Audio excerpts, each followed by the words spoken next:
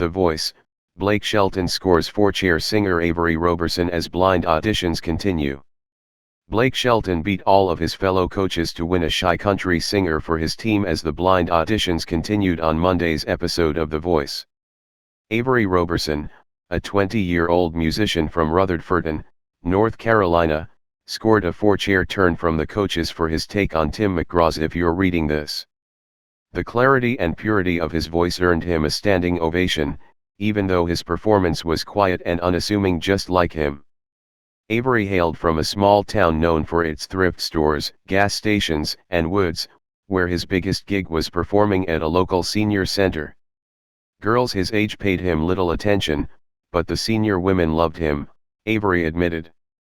Kelly Clarkson, 38, was immediately won over by the contestant's easy charm and sweet voice, impressed by the fact that he didn't wail to get attention, but played things down.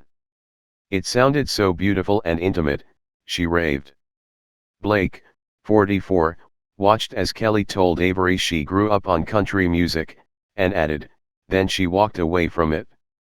His fellow coaches teased him about going Hollywood, but he took winning Avery seriously. "I am the only person on the panel who knows who sings the song that you just sang," Blake told Avery. "It's important to have a concrete understanding of country music, because you can't know where it's going unless you know where it came from. I have to be your coach, Avery," he went on. "This my 20th season. There are no motives here for me. I want to be able to be on your level, understand what you want to do, and fight for what you do. It's not about me. I want this for you." John Legend, 42, urged Avery to break the mold and choose a different coach, but he picked Blake anyway. That wasn't Blake's only win on Monday. He also won Emma Caroline, 25, to his team after hearing her sing Casey Musgrave's Slow Burn. The Tuscaloosa, Alabama, contestant scored a chair turn from Blake and Kelly for her pretty vocals, but Blake won her over by praising her mountain-sounding voice. Kelly lured her fair share of contestants to her team as well. Schoolteacher Hallie Gregg, 29, from Seattle, quit her job to focus on music right at the start of the coronavirus pandemic. "All of a sudden, no more gigs," she recalled. "All of this momentum I had going was just gone." That knocked down Hallie's career options, but her mesmerizing version of Nelly Furtado's I'm Like a Bird made it look like things would be fine anyway. "Your voice is so pure and it's so intimate, and it's so beautiful," said Kelly, who compared Hallie to Annie Lennox and scored her for her team. Riley Modig, 18, from Spencer, Massachusetts, earned chair turns from Kelly and Nick Jonas, 28, after singing a gorgeous cover of Billie Eilish's When the Party's Over. "This song means the world to me because it's about not wanting to lie about how you feel about things," said Riley, who'd lost friends after coming out as gay. Kelly loved Riley's tone, cheering "Whoa. You'd better sing those runs," and laughing after Riley was unimpressed by Nick's flirty pitch, declaring Kelly, "I'm gay." "Yes." John teased Nick. "Your powers did not work on her."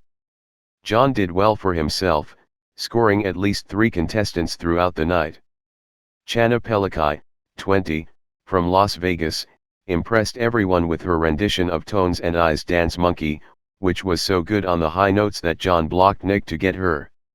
"I had this feeling that if anyone was gonna compete for your affection with me, it'd be this guy with the shiny leather jacket on," John said of Nick, who'd blocked him before. "This was the moment to get him back, and I am so happy."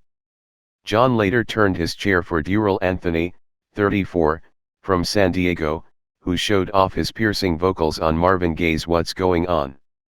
Kelly loved Dural's unique singing style, but the contestant was determined to join John's team. Next up was Pia Renee, 37, a single mom and working musician from Chicago, who wowed with her cover of Stevie Wonder's Master Blaster, Jammin'. Pia sang her heart out and at first it looked like no one got it, but John and Blake saved their chair turns until the end.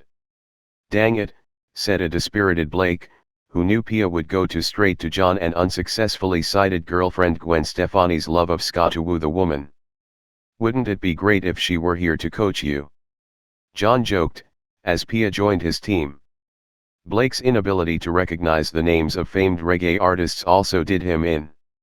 Blake acted like he knows reggae, but I said no way, John sang to Pia.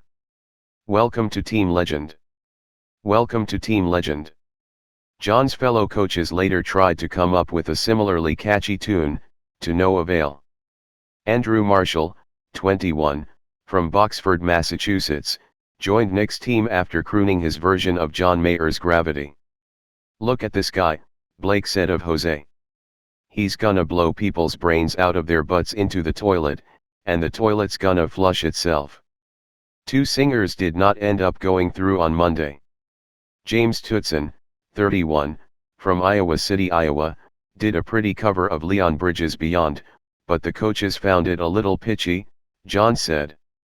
Jesse DeZorsi, 29, a singer from Burrillville, Rhode Island, also failed to make it with his take on Kenny Chesney's Dust on the Bottle. He didn't know no one had turned until Kelly told him, though.